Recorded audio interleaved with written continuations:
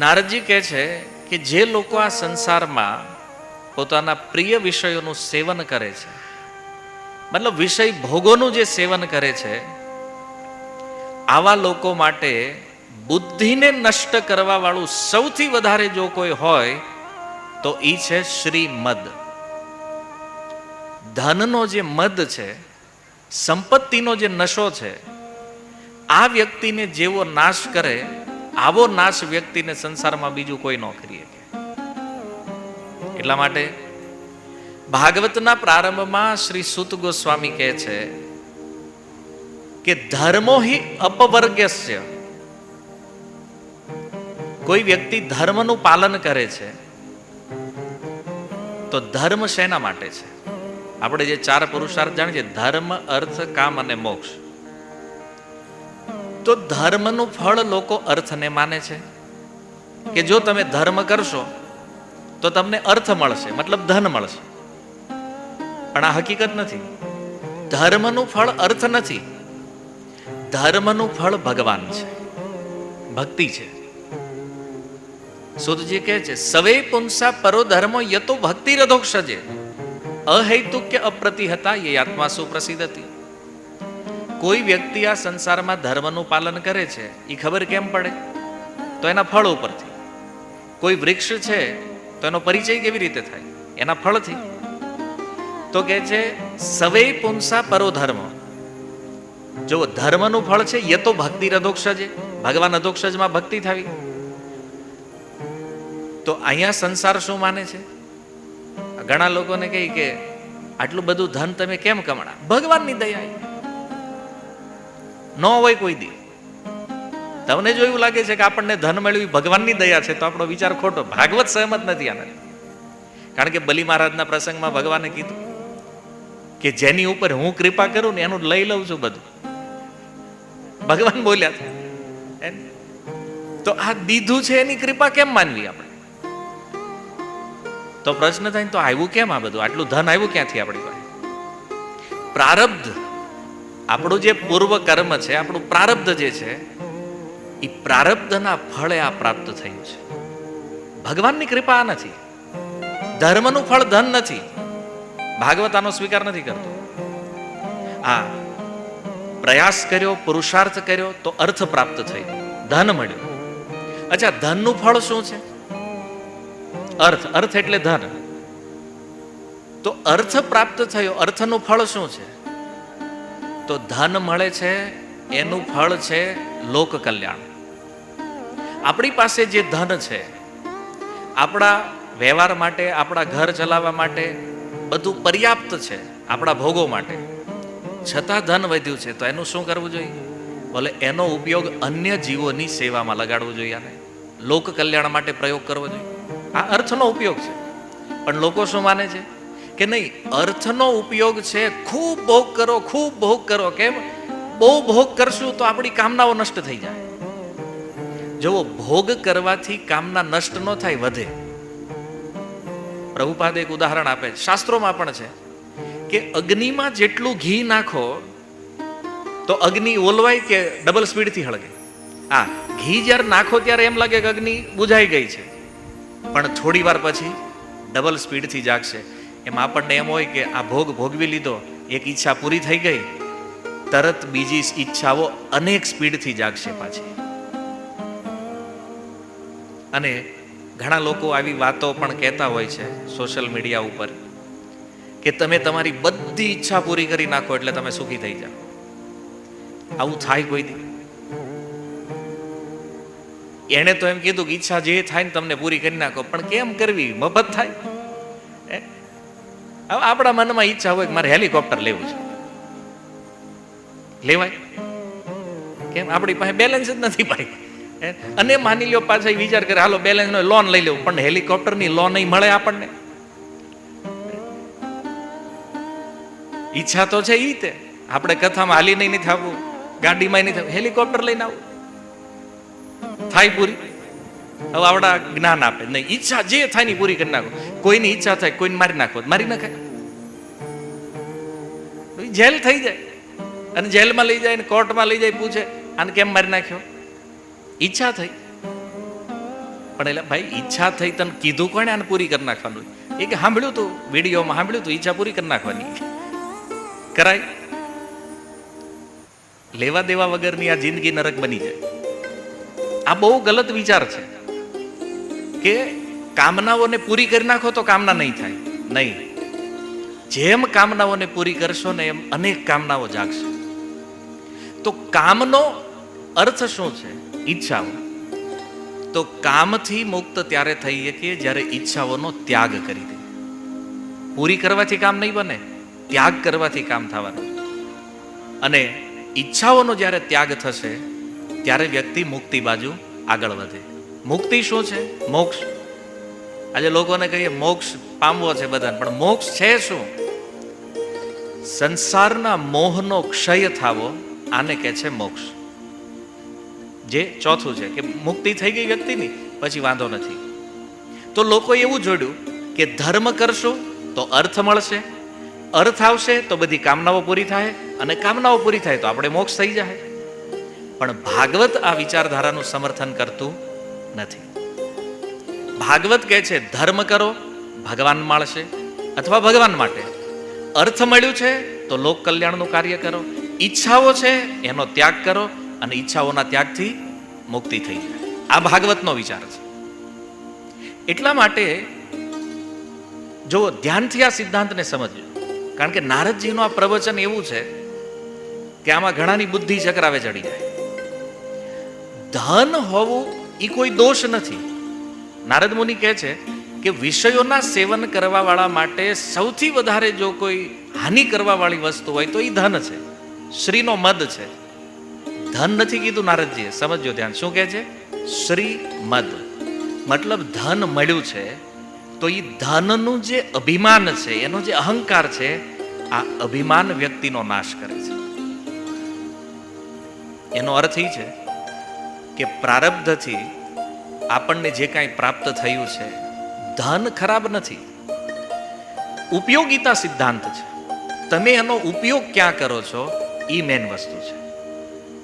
જો બે વસ્તુ છે. ધન મળ્યું છે જીવનમાં, તો જો ધર્મ જીવનમાં હોય તો એ ધનનો સદુપયોગ થાય. જેમાં થઈ રહ્યો છે, જો કથા થઈ રહી છે, નહીતર કથાની બદલે પાર્ટી થઈ શકે ને 7 દિવસ થાય કે ન થાય? પણ કથા થઈ રહી, શું કામ? તો ધન કઈ બાજુ જશે? ધર્મમાં જવાનું છે કે અધર્મમાં? એ તો નક્કી ત્યાંથી થશે કે તમારું મૂળ ક્યાં જોડાયેલું છે. આજ ઘણા લોકો એમ કે ભાઈ છોકરાઓને વિદેશ મોકલવી, છોકરા બગડી જાય તમારા. પણ જે બાળકો ભગવાનના ભક્ત છે એ વિદેશમાં રહે છે, એના માતા પિતાને કોઈ ટેન્શન નથી. એ નિરાતે હોતા જ. કેમ? એને વિશ્વાસ છે કે મારા દીકરાનું મૂળ ધર્મ હારે જોડાયેલું છે. એને વિશ્વના કોઈ પણ દેશમાં રાખો, આ ન બગડે. ગમે એવો સંઘ વિકટ છે વિદેશોની અંદર, પણ એને બગાડી ન હોય. અને આવું ખાલી હવામાં વાત નથી કરતો. ઘણી સંસ્થાઓમાંથી ભક્તના છોકરાઓ છે વિદેશમાં, પણ જો એ નથી બગડે. જેના મૂળ ધર્મમાં નથી, બધાએ લેણા કર્યા, અહીંથી ભરે જ, વિદેશના લેણા અહીંથી ભરવા પડે. તો વાત ઈ છે કે ધનનું હોવું ઈ ખરાબ નથી. અને હું તમને ગેરંટી આપું, આખા ભાગવતની અંદર એક પણ શ્લોક એવો તમે જોવો કે જ્યાં ધનને ખરાબ છે એવું કહેવામાં આવ્યું નથી કીધું. શું કામ? કારણ કે ધર્મ માટે પણ ધનની જરૂર પડે છે. ધન ખરાબ નથી, ઉપયોગ ક્યાં થઈ રહ્યો છે એ મહત્વનું છે.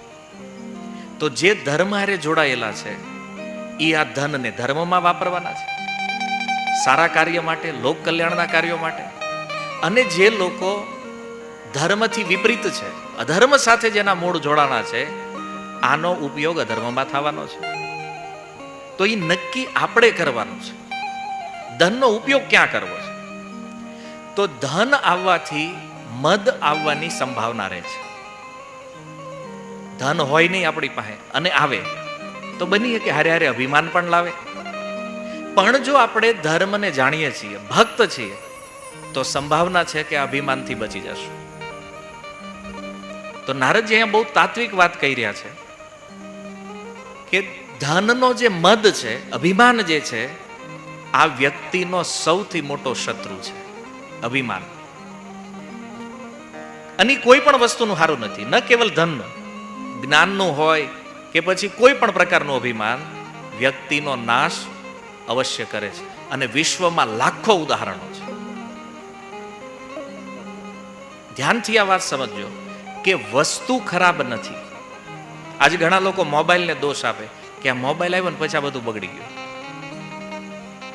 મોબાઈલે નથી બગાડ્યું, આપણું મન બગડ્યું છે ને, એટલે મોબાઈલ બગડ્યો છે.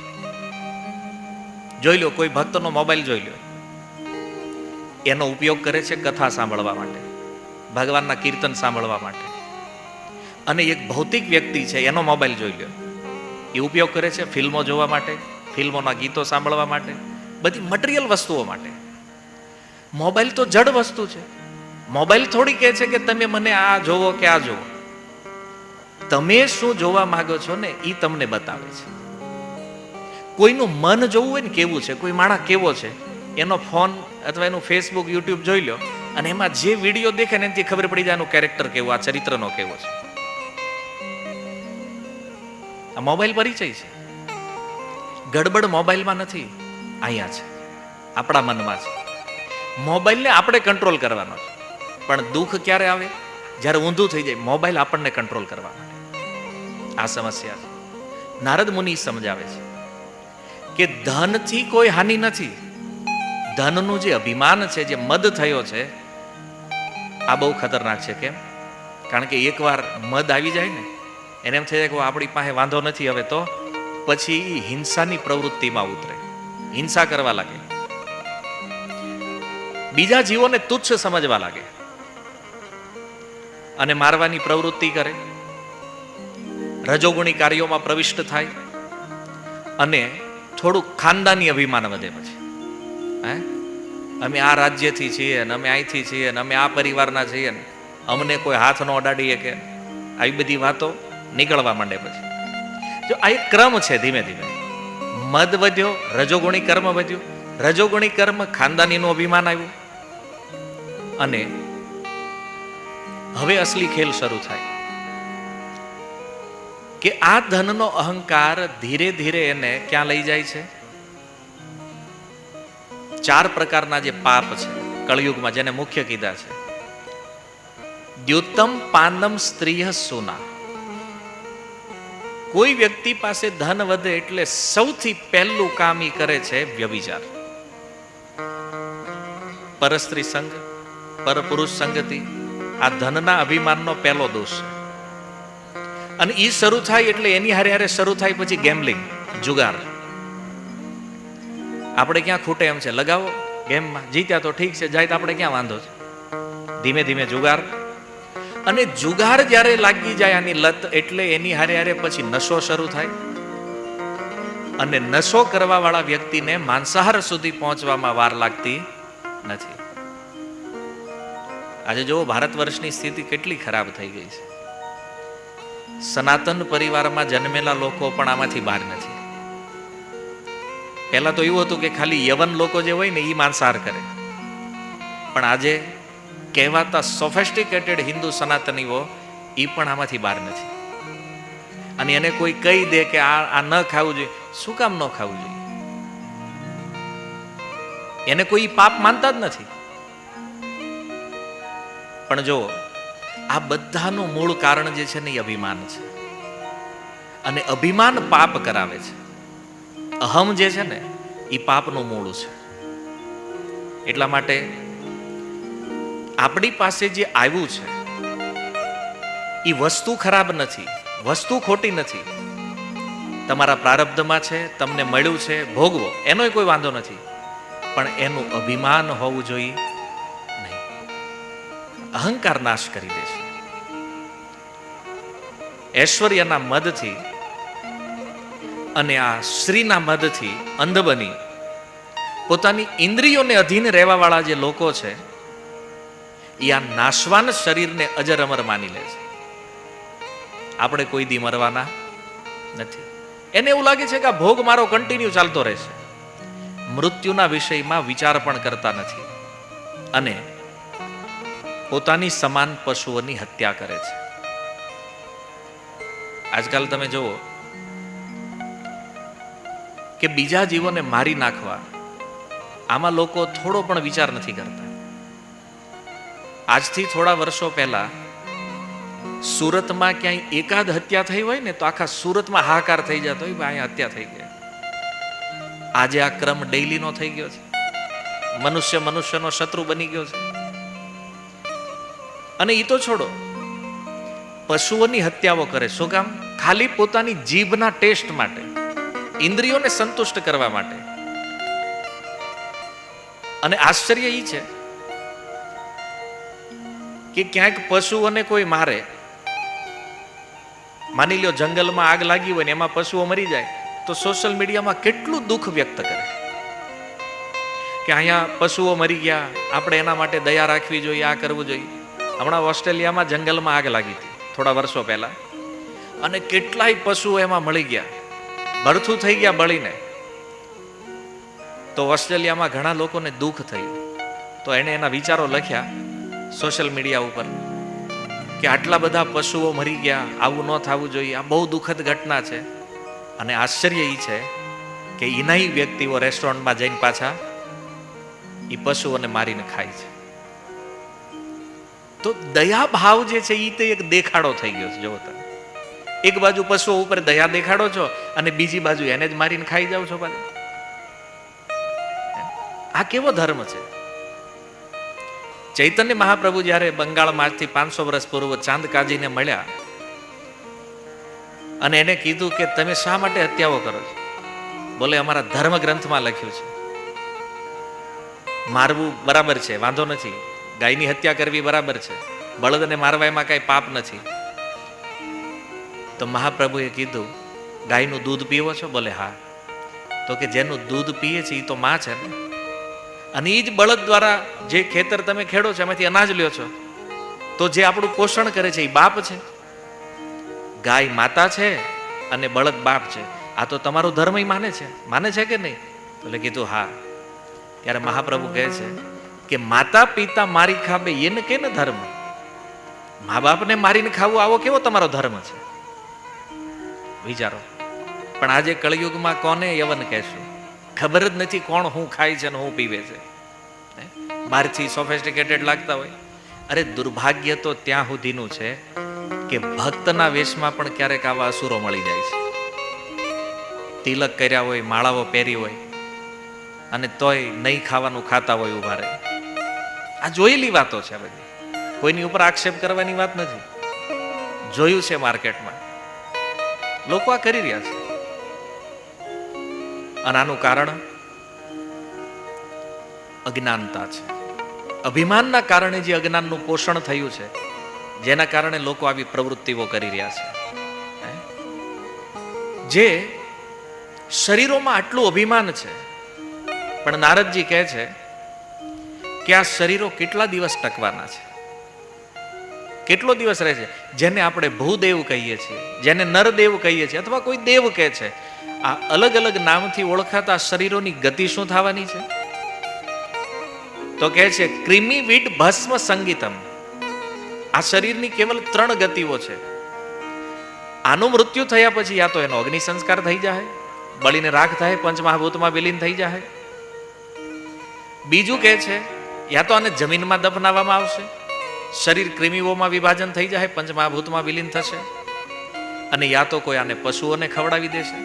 જેમ પારસીઓમાં સિસ્ટમ છે, કોઈનું મૃત્યુ થાય તો એના શરીરને કૂવામાં લટકાવી દે ને પછી ગીધ આ બધા હોય પક્ષીઓ એને ખાઈ જાય. તો આવા શરીર માટે થઈ અને પ્રાણીઓ સાથે દ્રોહ રાખવામાં વ્યક્તિ કયો સ્વાર્થ સમજે છે પોતાનો? આજે જો કોઈને શત્રુતા છે એકબીજા સાથે, પણ એ શત્રુતાનું કારણ પણ અજ્ઞાન છે. નારદજી કહે છે જાણતા નથી કે જેમ આપણે એક જીવ છીએ એમ સામેવાળો વ્યક્તિ પણ એક જીવ છે, અને બંને ભગવાનના અંશ છે. પણ જો ભગવદ્ ગીતા વાંચી નથી, આત્માના વિષયમાં ખબર નથી, અને એટલા માટે જેને પોતાના માને ને એની કરતા તો વધારે એના શત્રુ છે. જેને ઈ પ્રેમ કરે છે એનાથી વધારે જીવો સાથે તો ઈ દ્રોહ કરે છે. અને આવું કરવાથી લાભ શું થવાનો છે? જુઓ, અન્ય જીવોનો દ્રોહ કરવાથી નરકની પ્રાપ્તિ થાય. પંચમ સ્કંદના અંતમાં 28 નરકનું વર્ણન સુખદેવજીએ કર્યું. એમાં એક નરક લોક ઈ પણ છે જેમાં સુખદેવજી કહે છે કે જે અન્ય જીવોનો દ્રોહ કરે એને પણ નરક લોકની પ્રાપ્તિ થાય છે. નારદજી પણ કહી રહ્યા છે. તો આવા શરીરનું અભિમાન જે લોકો કરે છે એને પૂછો કે આ શરીર કોની સંપત્તિ છે? કોનું છે આ શરીર? 9 મહિના સુધી જે બાળકને ગર્ભમાં રાખ્યું એ માતાનું છે કે પછી ગર્ભાધાન જેણે કર્યું છે એ પિતાનું છે? જો માતા એમ કહેતી હોય કે આ મારું શરીર છે તો એનો વિયોગ ક્યારેય થાય નહીં. જો પિતા એમ કહેતા હોય કે આ મારો છે તો એનો વિયોગ પણ ન થવો જોઈએ. કે પછી એના દાદા મતલબ પિતાના પિતા આ શરીરો એને પ્રગટ કર્યા છે, અથવા નાના માતાનું શરીર એના દ્વારા પ્રગટ થયું છે તો એનું છે કે કોઈ બળવાન પુરુષ આ શરીર પાસે કામ કરાવી લે એનું છે? અર્થાત શેઠ માલિક, આપણે જેને ત્યાં નોકરી કરતા હોય એ માલિકને કોઈ પૂછે કે આ કોનો છે તો એ કહે છે મારો એમ્પ્લોય છે.